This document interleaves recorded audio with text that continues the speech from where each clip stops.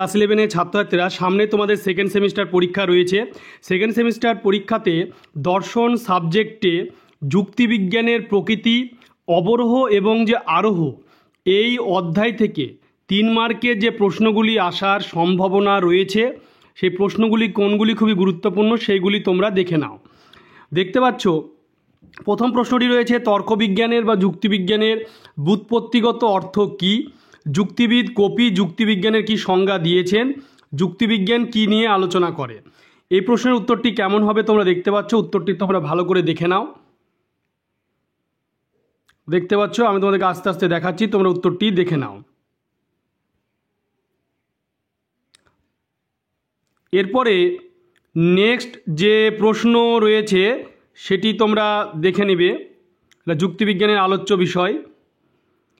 এরপরে নেক্সট যে প্রশ্ন রয়েছে সেটি দেখে নাও। যুক্তিবিজ্ঞান বা তর্কবিজ্ঞান কাকে বলে? যুক্তিবিজ্ঞানকে আদর্শনিষ্ঠ বিজ্ঞান বলা হয় কেন? প্রশ্নের উত্তরটি তোমরা দেখে নাও। দেখতে পাচ্ছ প্রশ্নটি এবং উত্তরটিও দেখতে পাচ্ছ তোমরা। এরপরে নেক্সট যে প্রশ্ন রয়েছে সেটি দেখে নাও।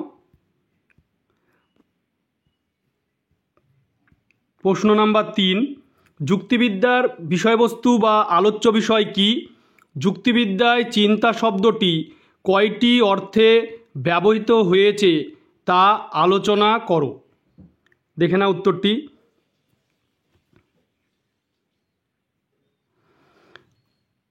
এরপরে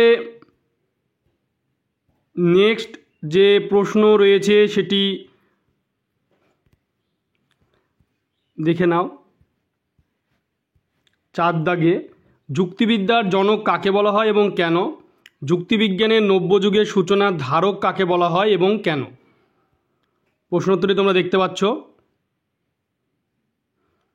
এরপরে নেক্সট যে প্রশ্ন রয়েছে সেটি ভালো করে দেখে নিবে, দেখে নাও। প্রশ্ন নাম্বার 5, অনুমান ও যুক্তি কাকে বলে? উদাহরণ সহ আলোচনা করো। দেখতে পাচ্ছ, দেখে নাও ভালো করে।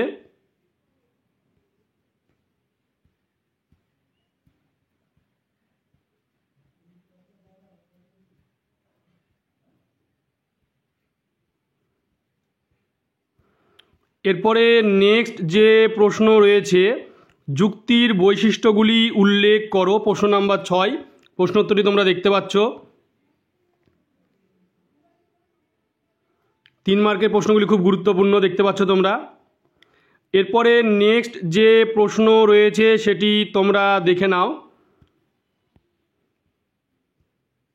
প্রশ্ন নাম্বার 7, অনুমান ও যুক্তির পার্থক্য লেখো। অনুমান ও যুক্তি কি সমার্থক? আলোচনা করো। দেখতে পাচ্ছ প্রশ্নের উত্তর।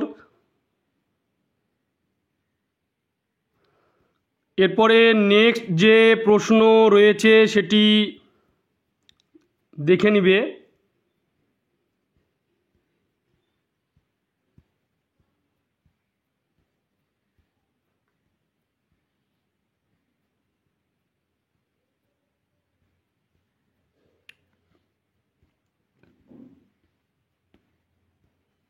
প্রশ্ন নাম্বার 8, অবরোহ যুক্তির বৈশিষ্ট্যগুলি লেখো।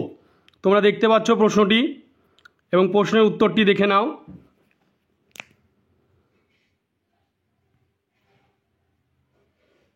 দেখতে পাচ্ছ।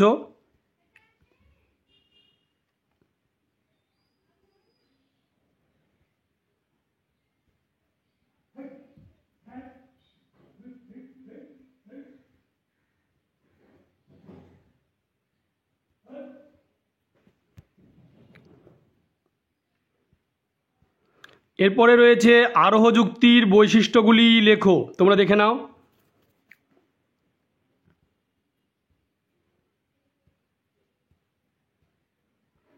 দেখতে পাচ্ছ প্রশ্নের উত্তরটি তোমরা, আমি দেখাচ্ছি তোমাদেরকে, ভালো করে দেখে নিবে, প্রশ্নের উত্তরগুলি লিখে নিবে, তোমাদের কাজে লাগবে সামনে সেকেন্ড সেমিস্টার পরীক্ষাতে।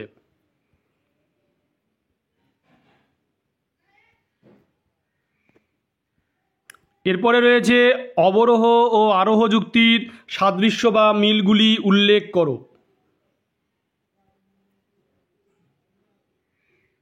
দেখতে পাচ্ছ।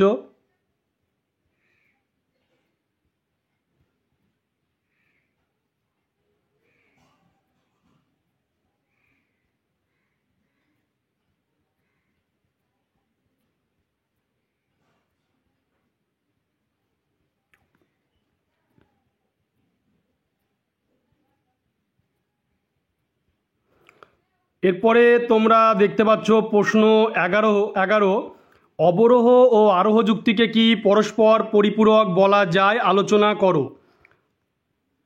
তোমরা দেখে নাও, দেখতে পাচ্ছ প্রশ্নটি এবং প্রশ্ন উত্তরে তোমরা দেখতে পাচ্ছ।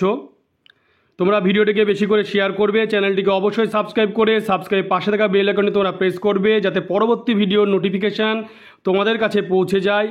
এবং এই প্রশ্নের উত্তরগুলি তোমরা এখন থেকে প্রস্তুত করে নাও, কারণ দর্শনে সেকেন্ড সেমিস্টারে এই প্রশ্নগুলি থেকে প্রশ্ন আসার সম্ভাবনা রয়েছে।